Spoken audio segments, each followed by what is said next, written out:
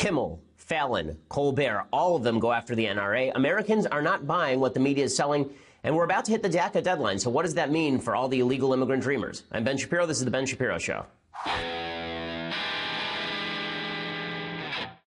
Oh, we have so many things to get to today. I'm speaking tonight in Omaha. We are sold out, 1,500-seat theater. I'm doing a full-on exposition on the Second Amendment, what its meaning is, where it comes from, and what it protects tonight. So look for that online, or if you're there in person, I look forward to seeing you there. We have a lot to get to on the show as well. We're going to talk about the security clearance status for Jared Kushner. We're going to talk about the confirmation bias that is now overrun the media. We're going to talk about Dick's Sporting Goods supposedly banning their sale of quote-unquote assault weapons, which they actually did 5 years ago, and now they're just re-upping.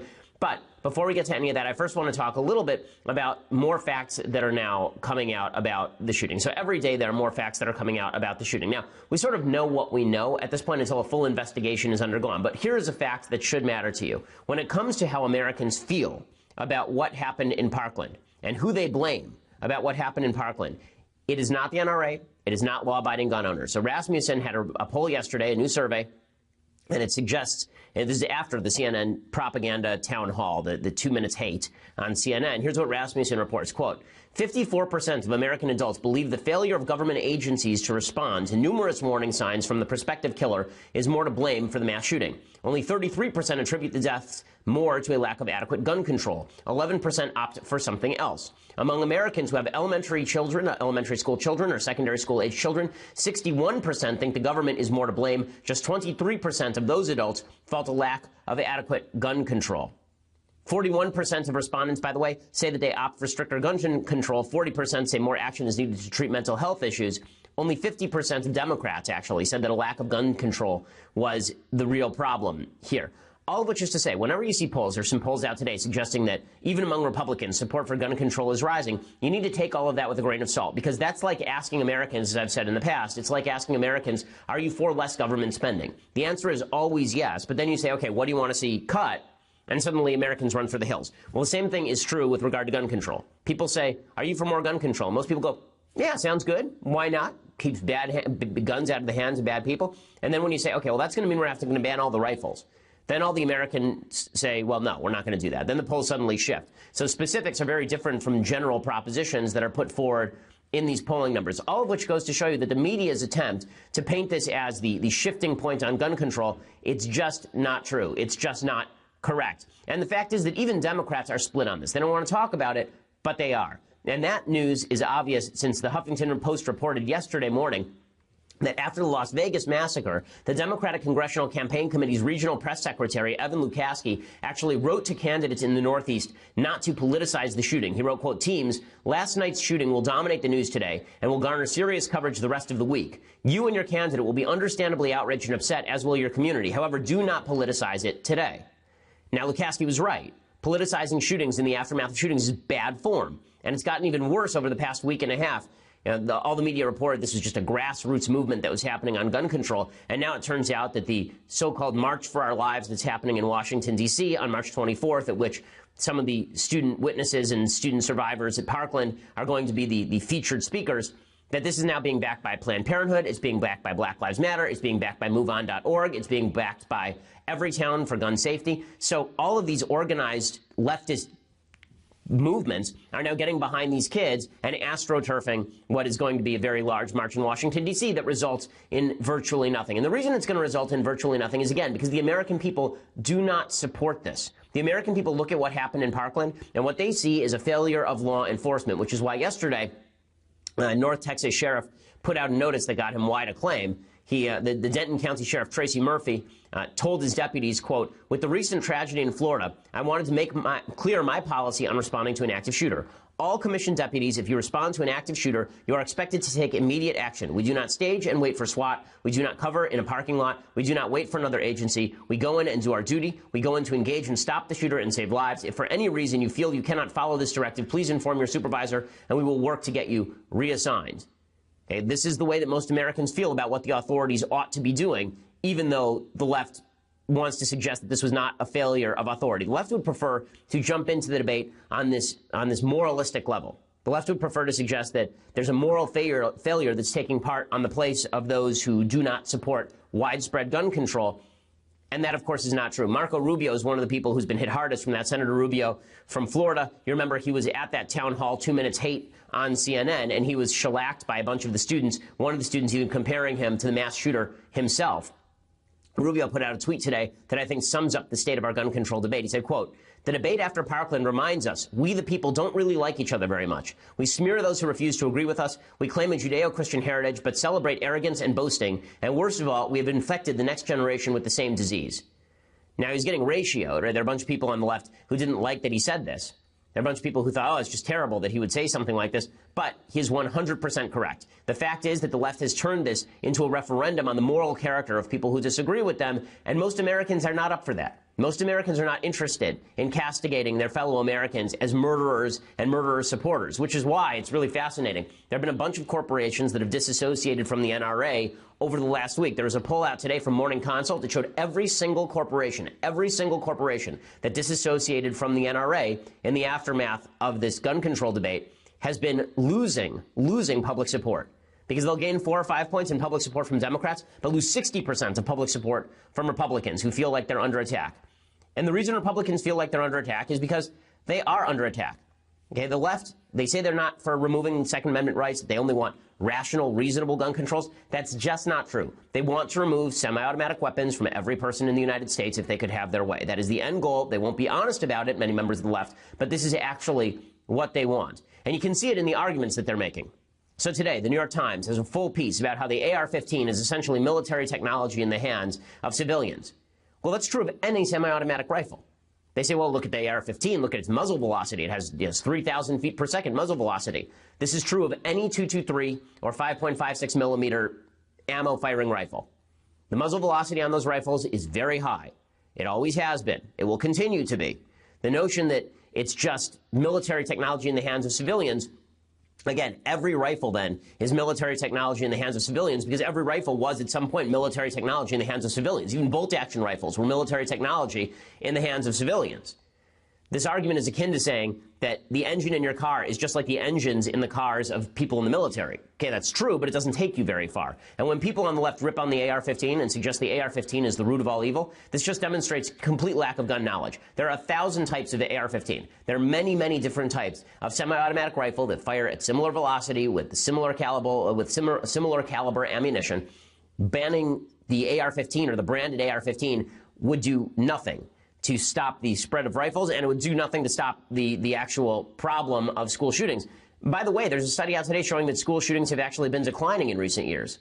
Not increasing, declining. We're not allowed to talk about these statistics, of course, because to do so is seen as somehow undermining the case in favor of pushing against school shootings. But the reality is that just as gun violence in the United States has declined markedly from its highs in 1992, 1993, school shootings have been declining in recent years pretty rapidly. That doesn't mean that what happened in Parkland isn't tragic and horrible and an act of evil. It does mean that we ought to take a look at the measures that we are purporting to push and compare those to the rights that we are attempting to infringe. And what rights are we attempting to infringe? Well, the answer is all semi-automatic rifles. So Ari Melber made this case on MSNBC. He's given a lot of credit for the left from this because Ari Melber is a lawyer, but he does really bad legal analysis here, and I will explain why. He explains the Second Amendment, in his view, does not protect AR-15s. His logic here makes no sense. The Second Amendment does not apply to AR-15s. It does not apply to assault-style weapons. It never has. Congress may legally ban those weapons without touching the Second Amendment. That's a legal fact. But it's hard for me. Okay, that is not a legal fact. That is not a legal fact. Okay, what he says there, if you go back to the screen where he puts up some text on the screen that he says there, well, what he says is that the Supreme Court has never ruled that AR-15s are protected by the Second Amendment. Well, that does not mean that there is no right to an AR-15. The Supreme Court has never actually ruled on whether Twitter is protected by the First Amendment, because that's never come up before the Supreme Court. The Supreme Court rejects certiorari on cases all the time. Doesn't mean that the right doesn't exist. Case is legally illiterate. I'll explain why it's even more legally illiterate in just a second. First, I want to say thank you to our sponsors over at Policy Genius. So, if you've got a car, you have car insurance. If you've got a home, you have home insurance. If you've got a life, you should have life insurance. Okay? If you're a responsible human being, you should be protecting your life with life insurance, you should be ensuring that your family is safe. You should be ensuring that your family is secure if, God forbid, something terrible should happen to you. But 4 out of 10 people do not have life insurance. There's no excuse for that. Policy Genius has made it easier to understand, compare, and buy life insurance. So here's the way that it works. You go to policygenius.com, and in 5 minutes, you can compare quotes from over 15 life insurance providers. When you compare quotes, this is competitive shopping. You will save money. It is that simple. They've helped over 4 million people shop for insurance. They've placed over $20 billion in coverage. They don't, by the way, just do life insurance. They also do health insurance, disability insurance, pet insurance, renter's insurance. All of these insurance programs you can shop around for just by using Policy Genius. So if you've been putting off getting life insurance because it's depressing to talk about what happens if you die, don't be stupid, because once you're dead, it's too late. So make sure that you go to policygenius.com, get your quotes, apply in minutes. It is that easy. You'll be glad you did it. And more importantly, your family will be glad you did it if something terrible should happen to you, God forbid. Again, protect yourself, protect your family. There's no excuse, in my view, for being irresponsible and not having a life insurance policy. Go to policygenius.com. Check it out, policygenius.com. Again, the best way to shop for life insurance. Okay, so Melber makes the case, makes this argument that because the Supreme Court has rejected certiorari is an appeal. So the way it works is that you have a case, it goes to a district court judge. That is then appealed up to a circuit court judge. It goes to the Circuit Court of Appeals. And then finally, it's appealed all the way up to the Supreme Court. What is sent to the Supreme Court is something called a writ of certiorari, which is essentially a petition asking that the Supreme Court take up the case. Now, the Supreme Court will reject writs of certiorari for a variety of reasons. Some of those reasons include the fact they agree with the Court of Appeals. Sometimes they say the case isn't ripe. It's a very common claim that a case has not actually reached ripeness because there are a bunch of other circuit courts that have not ruled on the case. There are cases where they say that it's not just an issue of law they want to take up. There are a million reasons to reject writs of certiorari.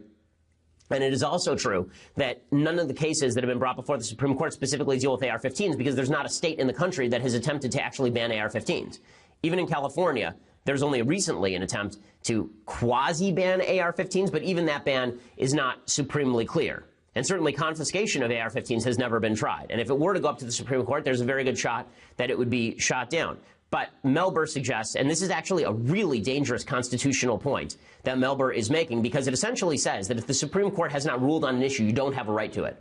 So if the Supreme Court hasn't ruled on whether Twitter is protected free speech, then that means that you don't have a right to it. Now, you see, Melber would never agree to the same logic with regard to, say, same-sex marriage before Obergefell, right? So before Obergefell, the Supreme Court rejected same-sex marriage cases over and over and over, rejected a bunch of writs of certiorari. And would Ari Melber have said there is no right to same-sex marriage at that time? No, of course he wouldn't have said that. He would have said, in my view, there's a right to same-sex marriage. It's inherent in the text of the Constitution. And just because the Supreme Court has not accepted the case yet doesn't mean the right doesn't exist. In fact, the reality is that under the 9th and 10th Amendments, the Constitution explicitly states that rights that are not overtly stated in the Constitution of the United States itself are still rights that are held by the people.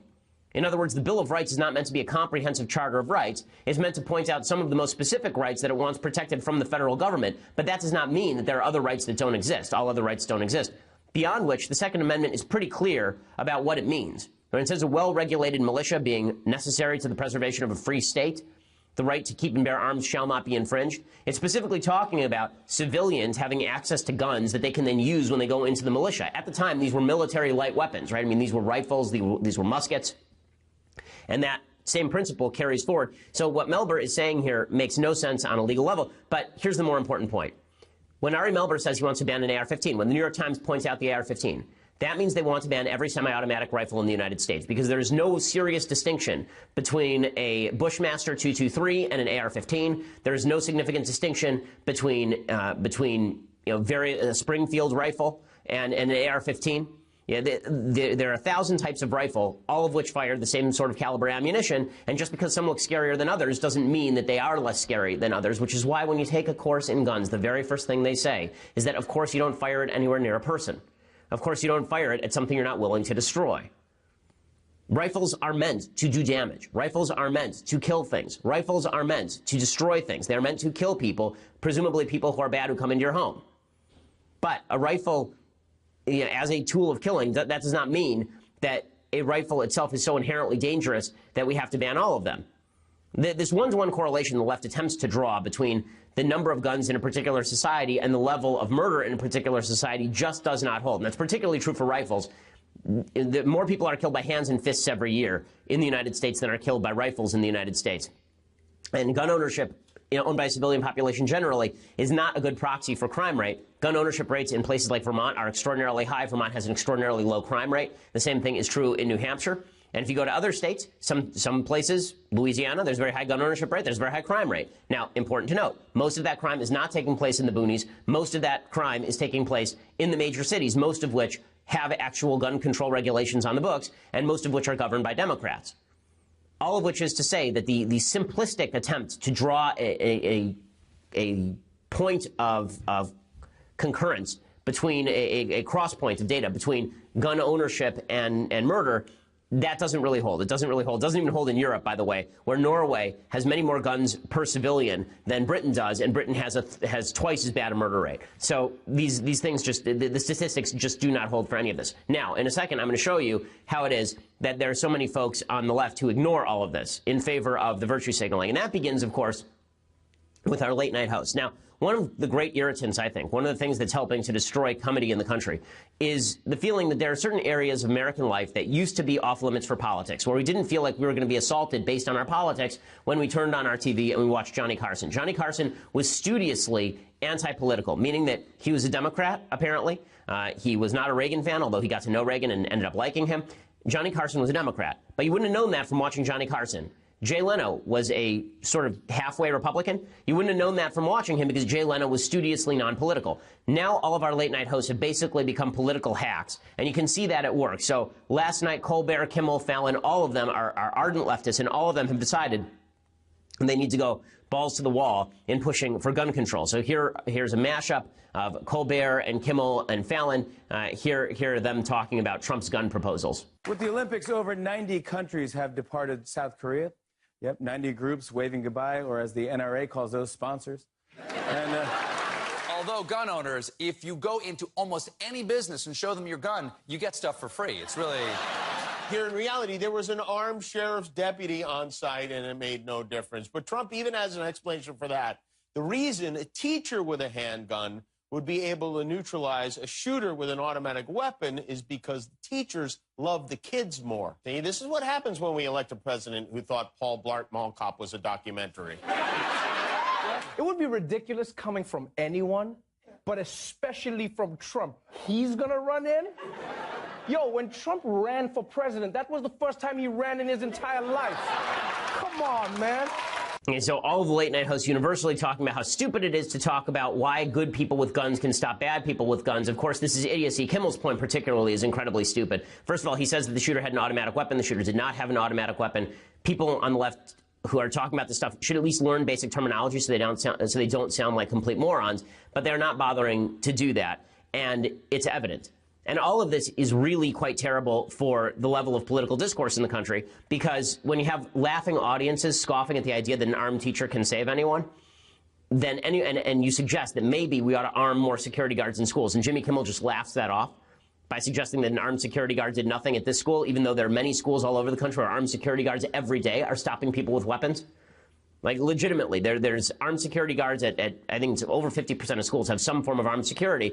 And those armed security guards, metal detectors, there are a lot of weapons that are stopped every year going through those metal detectors. Apparently, Jimmy Kimmel opposes those as well, simply because he thinks that a generalized regime of gun control is better. And then he and Colbert and Fallon, all of them suggest that if you oppose their agenda, which they've not made clear, they haven't exactly said what they want other than mass banning of guns, which is never going to happen. There are 300 million weapons in the country and 100 million rifles.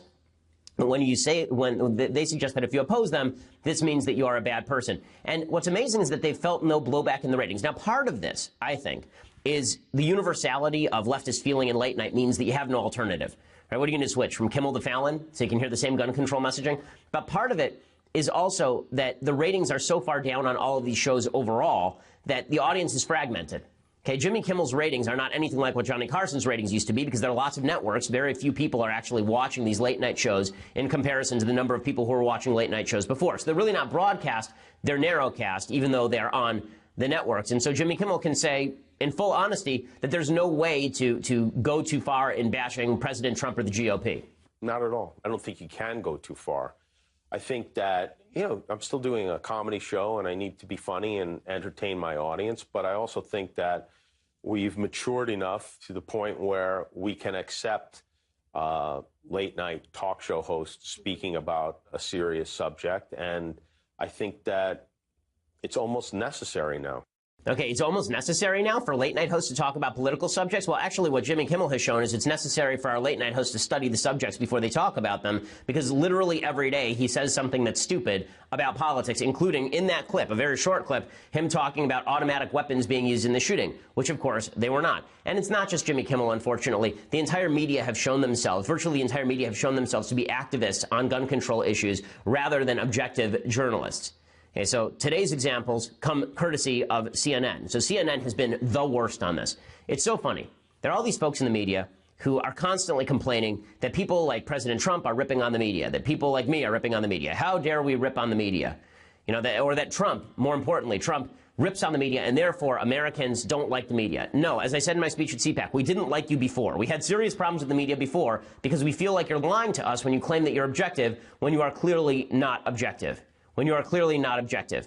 Okay, now, as an example of CNN not being objective, today, Dick's Sporting Goods announced that they were going to immediately halt sales of assault-style rifles and high-capacity magazines at all of their stores, including their Field and Stream stores, I guess they have these things, and ban the sales of all guns to anyone under 21. Now, after Sandy Hook, they'd already stopped the sale of assault-style weapons, which is a meaningless term, meaning essentially rifles that look scary.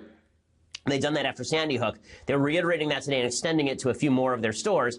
The chairman and CEO said on Good Morning America, when we saw what the kids were going through and the grief of the parents and the kids who were killed in Parkland, we felt we needed to do something. In other words, there was an emotional appeal. They responded to the emotional appeal. Now, who cares? I mean, the reality is who cares, because most people who are buying from Dick's Sporting Goods were not actually buying assault-style rifles from Dick's Sporting Goods. They haven't been able to for years.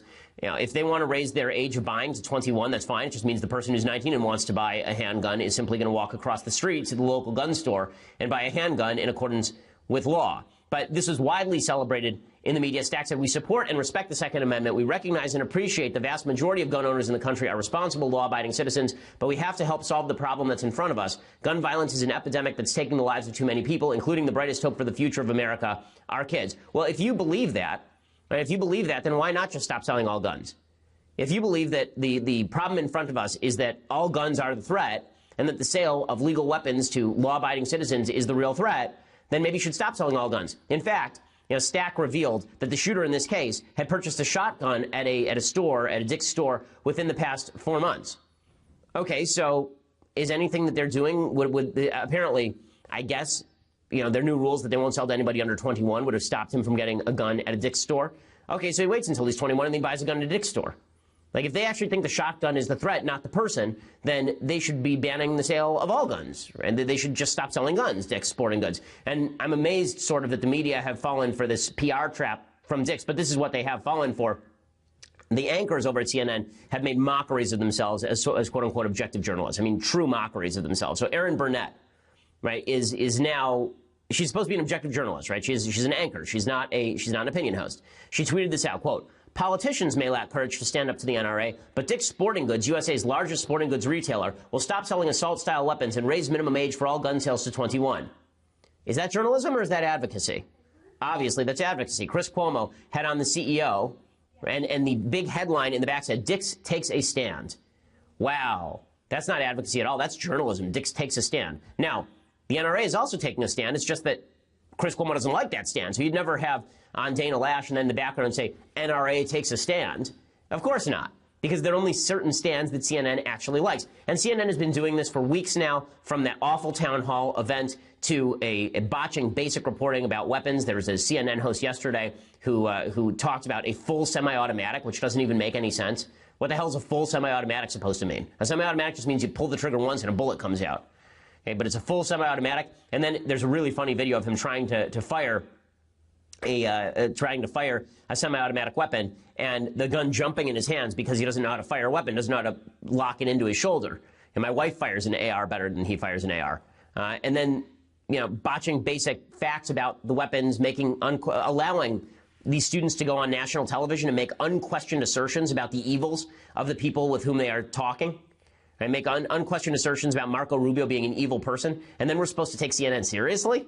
Now, here's a CNN expert yesterday saying that women can't carry guns because they wear dresses. Like, this is a real thing that they said. One of the things that people don't talk about, a lot of these schools, Sandy Hook had an all-female faculty, from principal to teachers. And for a woman, where are you going to hide that gun during the day? You can't put it in your desk drawer. Somebody might steal it and you can't get to it. You're not going to have it in a safe in the principal's office. You can't get to it. On your person, if you wear a dress, if you wear a skirt, are you going to have to wear a jacket every day with a belt and a holster the way a detective, on duty would do? It's not a real practical solution, even for a variety of reasons. Okay, look how stupid this anchor is. Right? So the anchor, I don't even know who that anchor is. She's sitting there nodding through this whole thing. Women wear pants. I mean, I hate to break it to CNN, but, outside of hijab land, outside of, like, places where women are forced to wear skirts, and forced to wear dresses all over the world, I'm not talking all Muslim communities. There are lots of Muslim women who wear pants. Outside of places where women are forced to do that, in a free society like the United States, lots of women wear pants. My wife wears pants. My mom wears pants. All my sisters wear pants, okay? I understand that may be mildly controversial in some Orthodox Jewish circles, but it is not rare in a free country. Lots of women wear pants. And if you're wearing a skirt, there are lots of women who wear skirts who know how to conceal carry. Ooh, they might have to wear a jacket. Ooh, jackets, because women never wear jackets. Like, what in the world? This is being trotted out as a normal talking point. By the way, women also have purses. Many women carry their guns in their purses. Unlike men who actually have to conceal and carry on their person, women carrying around their purses is a thing. Women carry guns in their purses. This is how they defend themselves very often. I mean, how sexist is that? But that just goes right by the wayside because the media are attempting to portray all of this as foolishness.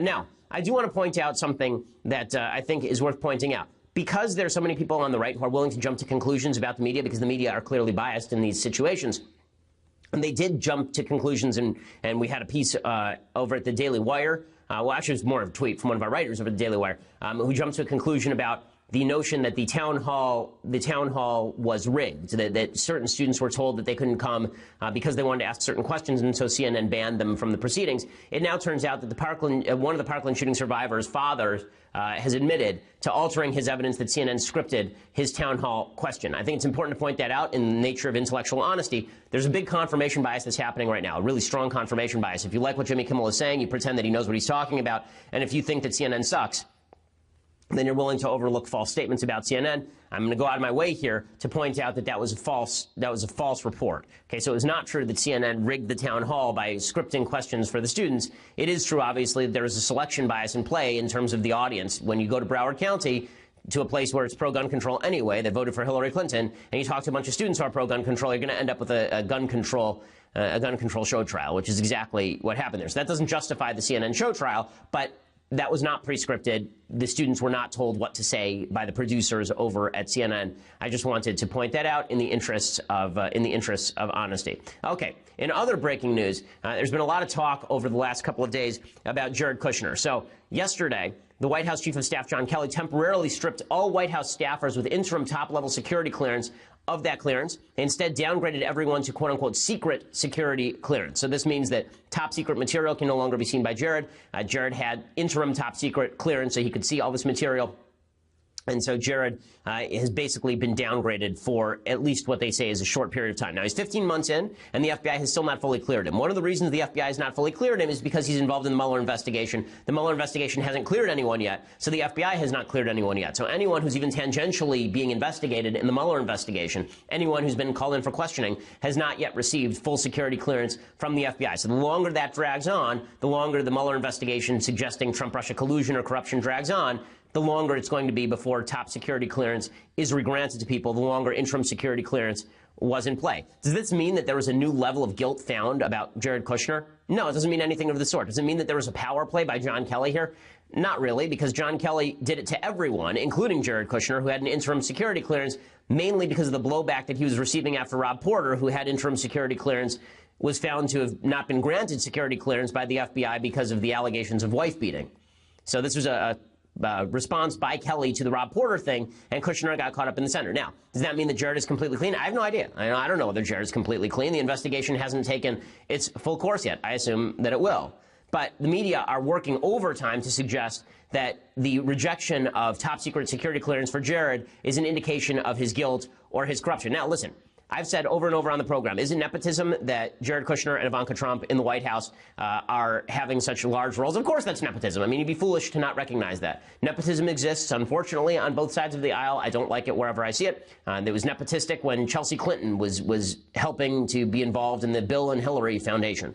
Right? The Kennedys are a team replete with nepotism. Nepotism exists in politics. George W. Bush is a product of nepotism.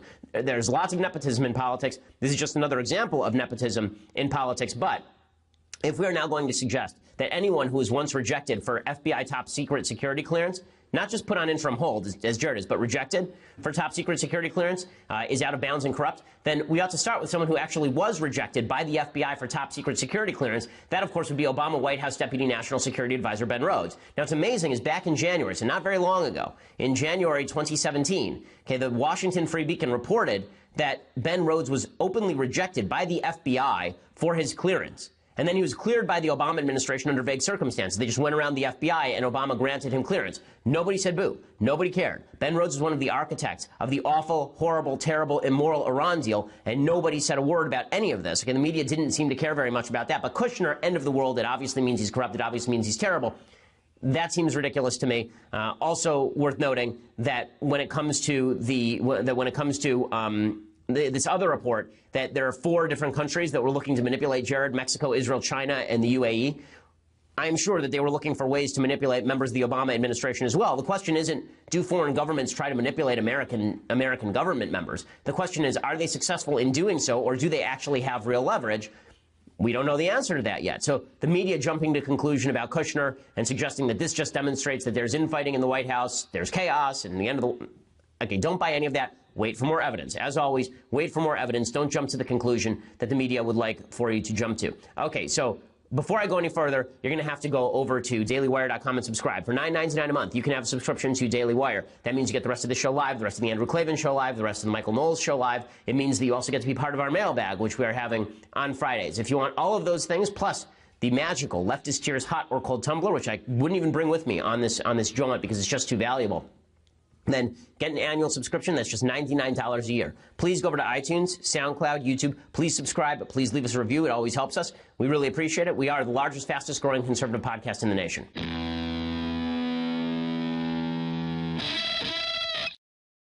All right, so just to show you how biased the media have been on the Jared and Ivanka matter, let me show you a couple clips from the media. One of these particularly is really, really, really funny. So Rachel Maddow, she, over on MSNBC, she says that the Trump administration is a cautionary tale about nepotism. So here's what Rachel Maddow had to say. In the future, the textbook explanation, the textbook case studies about nepotism, about a friends and family approach to governance, right? In the future, when there are after-school specials about the Uzbekistanization of the American government and what's wrong with that and why it doesn't work and what could possibly go wrong, those stories will all be crystal clear. No ambiguity because of what we're living through now. And thereby, maybe future generations will figure out how to avoid this particular kind of mess. We must avoid nepotism at all costs. Also, Hillary Clinton was just the best. Just amazing. She deserved a Senate seat because she once had sex with Bill. Just very, very important that we fight nepotism on every level. Also, Joe Kennedy III will be giving the response to the State of the Union address. But that was not even the funny one. Okay, here, I want to show you this one clip because it is so freaking funny. Okay, so Mika Brzezinski over on MSNBC of Morning Joe fame. Here she is talking about Ivanka and Jared, and they're a joke, and they've been given fake jobs, and it's all nepotism. Here's what she has to say. She came in there to fight for women, and she can't handle a question like that. The whole thing clearly is a joke. An utter joke, just like Melania's role on cyber, bullying, which I think is an insult to women, completely. And expect today John Kelly to be forced to put out a nice statement about Ivanka and how effective she is. Well, I mean, Melania... Which will add to the joke. Melania... And furthermore, insulting to women, these women have been given fake jobs. They've been given fake jobs. It's all nepotism. They've been given fake things to do, Ivanka and Melania. Okay, I would like to point out that Mika Brzezinski is the daughter of Zbigniew Brzezinski, who's the national security advisor under Jimmy Carter. So if we're going to talk about nepotism and people who have made it based on their names, Mika Brzezinski may have something to say about that. But again, the hypocrisy is of no consequence to people who spend all day trafficking in it. Okay, so meanwhile, there's a lot of talk about DACA. So DACA is about to come up for renewal or killing on March 5th. So next week, we're going to get a lot of headlines in the media about how the end of the world is nigh, about how dreamers are going to be deported en masse, about how now the pedal hits the metal and we better make some room for these dreamers, or Trump is just an evil, racist, bigot pig. Before you read any of those headlines, I would like to point out that Trump's proposal on DACA was significantly more generous than Barack Obama's proposal on DACA. DACA only legalized 700,000 illegal immigrants. President Trump's proposal would have legalized 1.8 million illegal immigrants and let another 4 million legal immigrants come in through chain migration over the next 15 years, as the Center for Immigration Studies proposes. In return, all he wanted was $25 billion to build that Trump wall and some additional funding for border security, as well as some curbs on chain migration. But he did not get those. The Democrats didn't give them to him. And Sarah Huckabee Sanders is exactly right when she says that Trump did go above and beyond on DACA. He did a lot more than Obama ever did. He's encouraging them to get something done. That's why he laid out exactly what he expected to see in a proposal that would not only help solve the DACA problem, but also provide border security. The president went above and beyond what previous administrations have done and offered on that program. It's really sad that Democrats are not willing to come to the table, get something done, and actually fix problems and do their job. And, of course, that is 100% true, what Sarah Huckabee Sanders is saying there. But Democrats are not coming to the table, and they're not coming to the table for one very specific reason. And that is they think that Republicans lose this issue no matter what. They feel like either Trump reinstates DACA illegally and overthrows his own promise, gets blowback from his base, or he leaves DACA, or he leaves DACA dead and he starts deporting people. That's probably not what's going to happen here, by the way, because Lindsey Graham, who is really soft on immigration, he gives some political analysis here that is not completely wrong. He says that if DACA ends and if all these DACA recipients are deported, that it's going to be bad politically for Republicans. This is probably correct, even if you disagree with him on the policy of it. We did nothing and just ended DACA and did nothing else, and a lot of these young people start getting deported, then that would destroy the party. So I don't think that's even a viable option. Now, Trump knows that, which is why the chances that he is going to start deporting millions of people are really, really low.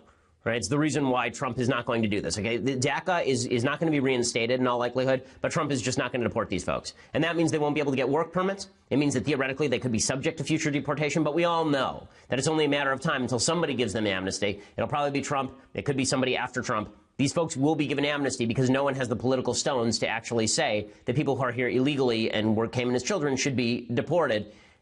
Now, do I think they should actually be deported? I think that we should analyze on a one-to-one basis whether people ought to be in the country. Right? If we have the ability as a country to decide who ought to be here and who ought not be here, then we should determine which of these dreamers are actually people who are of benefit to the United States and which ones are not. You don't have a right to be here just because you were brought here through no fault of your own. If somebody illegally sneaked you into Disneyland, Disneyland would not have to then give you a day pass. That's not the way that this works.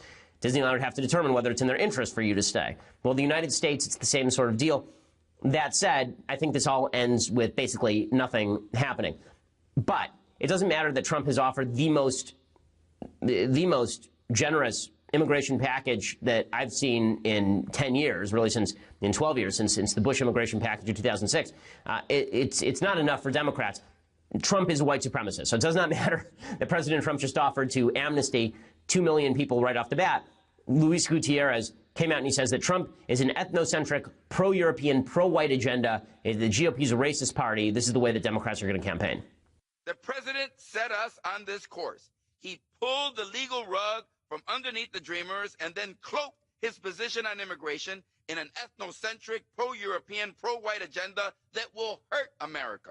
But it must start with my colleagues on the other side of the aisle saying, yes, we want to solve the problem and we want to rise above the racism emanating from the White House. Okay, so this is the tack Democrats are going to take. Good luck with this, okay? There was an attempt to paint Trump as a deep racist. In the last campaign, it failed. If they continue to push this line that Trump is a deep racist, it's not going to work. Not because Trump hasn't said things that are racist before. I think he probably has. And in fact, I know he has. But because people do not perceive Trump as a racist, they perceive him as like Grandpa from 1960 who says some stuff that you wouldn't want said outside your kitchen. That's basically how people perceive Trump. Is it right to perceive him that way? Probably not. Is that the way people do perceive him? Yes. Is his policy racist? I mean, when we get down to the policy, is it racist? Of course not. The policy prescriptions that he's put forward are not racist. They may not be things you agree with, but it's very difficult to label them racist. It doesn't matter. Democrats are going to continue to go radical on this. Joy Behar says Republicans have a penchant for Nazis, okay, which comes as a shock to me since I've been a lifelong Republican and I freaking hate Nazis since they come after me all the time and they are evil. But here's Joy Behar making that case on The View. The CPAC group invited this woman from France named Marine Le Pen, whose father was a Holocaust denier and a total fascist and a Nazi. And Marine Le Pen, the daughter, thinks her father was very good and right and everything else, and they invited her. There's this like penchant for Nazis now, you know, with Charlottesville and the Neos, and they're good guys on both sides, and now Marine Le Pen. It's like a lot of the people in the Republican Party that I remember, Bill Buckley, who fought in World War II, you know, Bill Kristol, those people who are so anti-Nazi are appalled by what's going on right now within this party. So I don't think that Marine Le Pen should have been invited to CPAC. I said so publicly. That said, if we're going to talk about, you know, branding the entire Republican Party Nazi because Marine Le Pen showed up at CPAC invited, then we're going to also have to talk about Louis Farrakhan being invited to all the top halls of power and the deputy chair of the DNC spending time with Louis Farrakhan and the entire Congressional Black Caucus spending time with Louis Farrakhan. Louis Farrakhan is every bit the Nazi that Marine Le Pen is, and much more openly. So again, they're bad apples, and this is not a whataboutism thing. Marine Le Pen should not have been invited to CPAC. Republicans should not have been embracing Marine Le Pen. Republicans should not have embraced the alt-right. I was very loud and proud about this for years. But to suggest that the Republicans are the sole repository of racism and anti-Semitism is just inaccurate. Okay, both parties have some problems with this, and both parties need to do something about it, but only one party has policies that reflect anti-Semitism, and that party is not the party of Donald Trump, unfortunately, right now. Unfortunately, there are a lot of folks in the Democratic Party whose policy prescriptions, particularly with regard to Israel, are much more aligned with Richard Spencer and with Louis Farrakhan than they are with some of the names that Joy Behar just stated. Okay, time for a quick thing I like and then a quick thing that I hate. So, things that I like today, I just started at the recommendation of my sister watching the Frankenstein Chronicles with one of my favorite actors, Sean Bean. Sean Bean is wonderful, and I've only watched the first episode and a half. It is really creepy. Okay, this is not for kids, and it's not for the faint of heart, but basically the premise is that he is a cop in early 19th century Britain, I believe, is the time period this is taking place in. And like Dickens is London, basically. And he is checking out a murder when he comes across a body that's been stitched together of a variety of different bodies. Here's a little bit of the preview.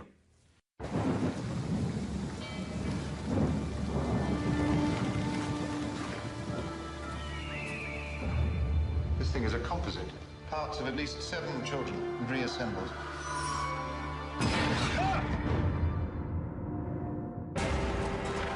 Okay, so as you can see, it's a period piece. I'm a sucker for period pieces. I like them. It's really creepy. It's well acted. It's well written so far. Check it out on Netflix if this is the sort of thing that appeals to you. Okay, a quick thing that I hate. Okay, so today's thing I hate comes courtesy of Chuck Schumer. Chuck Schumer apparently does not know how either Netflix or sex work. I really mean that. Here's what Chuck Schumer tweeted. He was tweeting about net neutrality. The entire Democratic Party decided they were going to tweet about net neutrality yesterday. They don't know anything about net neutrality. And it's pretty obvious from their tweet. So Chuck Schumer tweeted, without net neutrality, when a couple is streaming their favorite Netflix show, but it keeps lagging and killing the mood, who will be to blame? No one uses Netflix for foreplay, dude. That's weird. In fact, Netflix, there are actually a fair number of studies that suggest that streaming television has actually lowered the number of times people have sex in a given month because too many people are watching Netflix and then it's too late and they're tired and they go to bed instead of having sex with one another. I love that Chuck Schumer thinks that streaming is what makes sex happen. This is not true. Streaming may make other things happen through pornography, but streaming does not make sex happen. The people who are watching Netflix are the ones least likely to be having sex. If you're busy watching the Frankenstein Chronicles, you're not using that as foreplay on Netflix. But the Democrats were tweeting about this incessantly yesterday. They were tweeting out that if net neutrality happens, then the internet will be brought to you one word at a time. I don't even know what the hell that means. And then they double-spaced it to annoy everybody. If you're going to make arguments, people in the Democratic Party, you're going to have to do better. You're going to have some people who are younger to make these arguments on net neutrality, who know what the internet is and what a computer is and what bandwidth is and what streaming looks like, who have ever watched a show on Netflix. How about some people who don't actually get cable? right? And most of the people my age at this point are not getting cable. They're getting Netflix or Amazon or Hulu or something. I wonder how many members of the Democratic Party have cut the cable yet. My guess is very few. The same is true in the Republican Party, by the way. All of our political parties are out of touch with modern technology, and it definitely shows. Okay, so tonight, I will be speaking in Omaha, and as I say, I will be making a full defense of the Second Amendment. I will talk about the history of it. I will talk about the legality of it. I will talk about which guns are protected and what types of folks are protected. I will talk about all of those things. I look forward to seeing you there, and we will be back here tomorrow, back from our haunts in Los Angeles. I will see you then. I'm Ben Shapiro. This is The Ben Shapiro Show. The Ben Shapiro Show is produced by Mathis Glover, executive producer Jeremy Boring, senior producer Jonathan Hay. Our technical producer is Austin Stevens, edited by Alex Zingaro. Audio is mixed by Mike Coromina. Hair and makeup is by Jesua Alvera. The Ben Shapiro Show is a Daily Wire Forward Publishing production. Copyright Forward Publishing 2018. It is really creepy. Okay, this is not for kids, and it's not for the faint of heart. But basically, the premise is that he is a cop in early 19th century Britain, I believe, is the time period that this is taking place in. And like Dickens is London, basically. And he is checking out a murder when he comes across a body that's been stitched together of a variety of different bodies. Here's a little bit of the preview.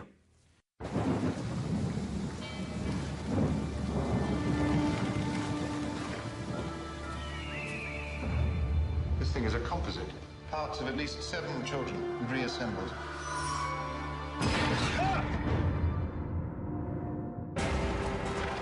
Okay, so as you can see, it's a period piece. I'm a sucker for period pieces. I like them. It's really creepy. It's well acted. It's well written so far. Check it out on Netflix if this is the sort of thing that appeals to you. Okay, a quick thing that I hate. Okay, so today's thing I hate comes courtesy of Chuck Schumer. Chuck Schumer apparently does not know how either Netflix or sex work. I really mean that. Here's what Chuck Schumer tweeted. He was tweeting about net neutrality. The entire Democratic Party decided they were going to tweet about net neutrality yesterday. They don't know anything about net neutrality. And it's pretty obvious from their tweet. So Chuck Schumer tweeted, without net neutrality, when a couple is streaming their favorite Netflix show, but it keeps lagging and killing the mood, who will be to blame? No one uses Netflix for foreplay, dude. That's weird. In fact, Netflix, there are actually a fair number of studies that suggest that streaming television has actually lowered the number of times people have sex in a given month because too many people are watching Netflix and then it's too late and they're tired and they go to bed instead of having sex with one another. I love that Chuck Schumer thinks that streaming is what makes sex happen. This is not true. Streaming may make other things happen through pornography, but streaming does not make sex happen. The people who are watching Netflix are the ones least likely to be having sex. If you're busy watching the Frankenstein Chronicles, you're not using that as foreplay on Netflix. But the Democrats were tweeting about this incessantly yesterday. They were tweeting out that if net neutrality happens, then the internet will be brought to you one word at a time. I don't even know what the hell that means. And then they double-spaced it to annoy everybody. If you're going to make arguments, people in the Democratic Party, you're going to have to do better. You're going to have some people who are younger to make these arguments on net neutrality, who know what the internet is and what a computer is and what bandwidth is and what streaming looks like, who have ever watched a show on Netflix. How about some people who don't actually get cable, right? And most of the people my age at this point are not getting cable. They're getting Netflix or Amazon or Hulu or something.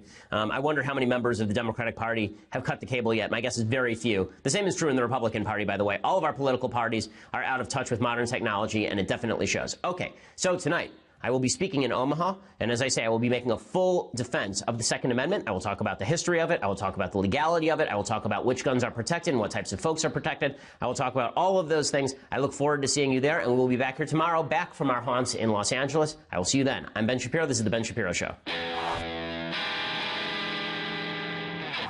The Ben Shapiro Show is produced by Mathis Glover, executive producer Jeremy Boring, senior producer Jonathan Hay. Our technical producer is Austin Stevens, edited by Alex Zingaro. Audio is mixed by Mike Coromina. Hair and makeup is by Jesua Alvera. The Ben Shapiro Show is a Daily Wire Forward Publishing production. Copyright Forward Publishing 2018. It's produced by Mathis Glover, executive producer Jeremy Boring, senior producer Jonathan Hay. Our technical producer is Austin Stevens, edited by Alex Zingaro. Audio is mixed by Mike Coromina. Hair and makeup is by Jesua Alvera. The Ben Shapiro Show is a Daily Wire Forward Publishing production. Copyright Forward Publishing 2018.